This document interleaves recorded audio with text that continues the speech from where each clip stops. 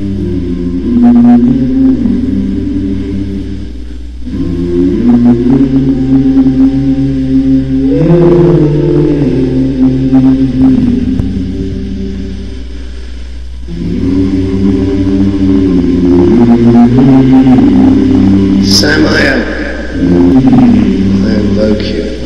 freedom in Canada. Constitutional rights. The Fundamental Freedoms section of the Canadian Charter of Rights and Freedoms states: 2. Everyone has the following fundamental freedoms.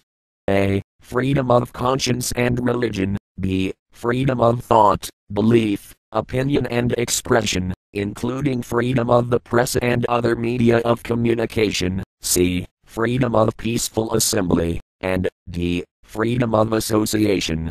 Canadians are therefore free to have their own beliefs and opinions, are free to practice religion or refrain, and are free to establish media organizations with or without religious content.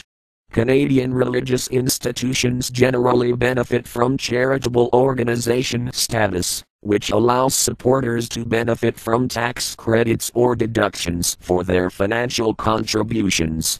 According to the Charter's preamble, Canada is founded upon principles that recognize the supremacy of God. This portion of the preamble has not been accorded legal effect in Charter jurisprudence.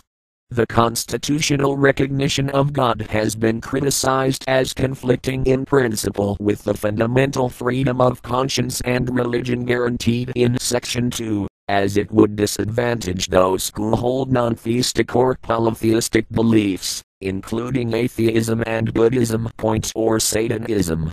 Human rights codes. While religious freedoms are protected from state interference by the Charter, the actions of private individuals are largely governed by the provincial human rights codes.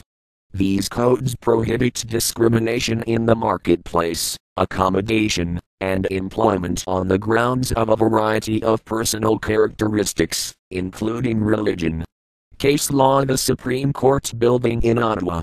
In 1955, the Supreme Court of Canada ruled in Chaput v. Romaine, regarding Jehovah's Witnesses, that all religions have equal rights, based upon tradition and the rule of law. At the time, no statutes formed the basis for this argument. Religious speech. In a 1985 Supreme Court case involving the Lord's Day Act, RV, Big M Drug Mart Limited, Chief Justice Brian Dixon said that religious freedom in Canada includes freedom of religious speech, including the right to entertain such religious beliefs as a person chooses, the right to declare religious beliefs openly and without fear of hindrance or reprisal, and the right to manifest religious belief by worship and practice or by teaching and dissemination. Canada has laws prohibiting the promotion of hatred against sections of the public distinguished by color, race, religion, ethnic origin, or sexual orientation. There are safeguards in the bill which exempt people expressing opinions on religious subjects and opinions based on religious texts. In 1996, the Supreme Court of Canada held that the anti-Semitic publications of a New Brunswick schoolteacher, challenged under Provincial Human Rights Act, were protected by his right to freedom of religion, but that professional sanctions were a reasonable limit on that right, in order to maintain a school system that is free from bias, prejudice and intolerance. In 1997, Hugh Owen, a Saskatchewan prison guard, published an advertisement in the Star Phoenix that referenced Bible verses related to homosexuality, without quoting them, and drew a line through an image representing a gay couple. A complaint was lodged with the Saskatchewan Human Rights Board of Inquiry. The board ruled against Owen and that decision was also upheld by a lower court.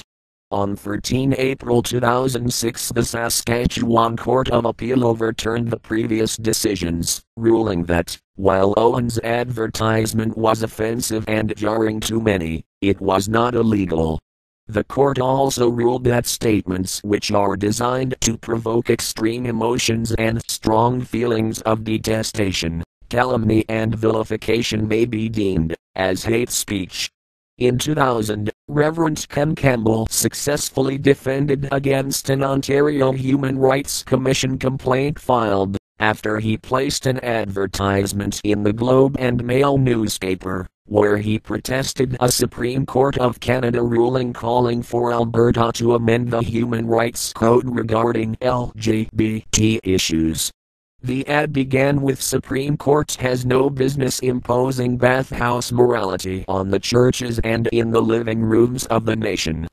2 years later he successfully defended against a complaint filed at the BC Human Rights Tribunal for the same advertisement, with the decision stating the essence of Mr. Campbell's defense is that the publication is an expression of his charter-protected rights to express his religious beliefs, that is, a finding of discrimination would impair both his freedom of expression and his freedom of religion.